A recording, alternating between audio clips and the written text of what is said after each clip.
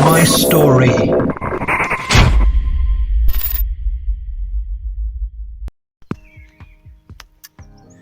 Before I became a Christian, I was a very fearful, insecure sort of person. But after I gave my life to Jesus some 20 years ago, God started to turn this around. Here's a bit of my story.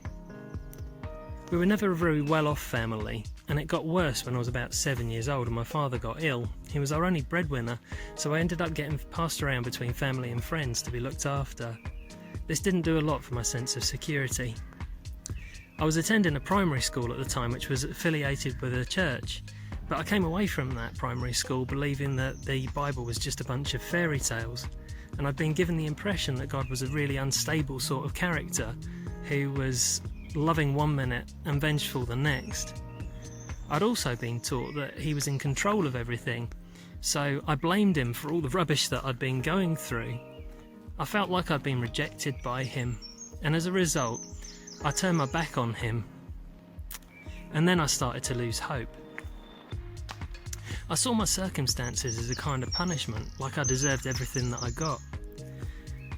All I ever wanted was to feel loved and accepted and have a family of my own.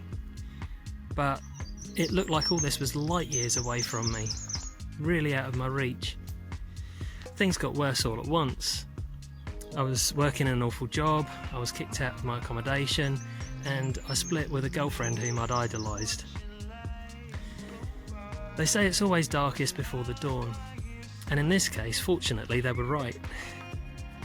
This is when things started to turn around for me. In the midst of all the torment I was dealing with, I found a dusty old Bible on the shelf in my parents' house, and when I picked it up, it opened to 1 Corinthians 13, which describes true love. This is not the kind of love that I'd ever experienced. It was a patient, kind, selfless kind of love. I realised that it wasn't a human love, it must be a God kind of love. One of my managers found out about my predicament, and he asked me if I'd like to rent a room from him and his wife, and having no other options, I jumped at the chance. They introduced me to a new group of people who changed my life forever. They seemed to have everything that I ever wanted. They were the happiest, most at peace people I'd ever met. They were all part of a loving Christian community. And when I visited their church, hope started to grow in my heart. There's a phrase in Ephesians 1 which sums up what I discovered when I was there, and that was being accepted in the beloved. I'd always thought that I'd have to somehow get my act completely together before God would have anything to do with me. But it turns out that all it took was a decision on my part, a decision to turn away from trying to earn God's love and acceptance to just receiving it as a gift. I learned that I didn't need to live with the guilt and shame that I'd experienced from my past.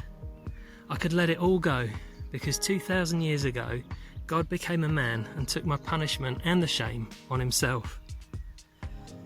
I discovered that God is love. He's a good father, but there's not a shred of evil in him. Everything that I'd experienced and I'd blamed him for turned out to be a result of living in a fallen world with a devil who hates us. God is only good. He has no favourites. Anyone can turn to him, no matter what their past. What he did for me, he'll do for you. All you need to do is ask. If you've never asked Jesus into your heart, I'd encourage you to do so now. It was the best decision that I'd ever made.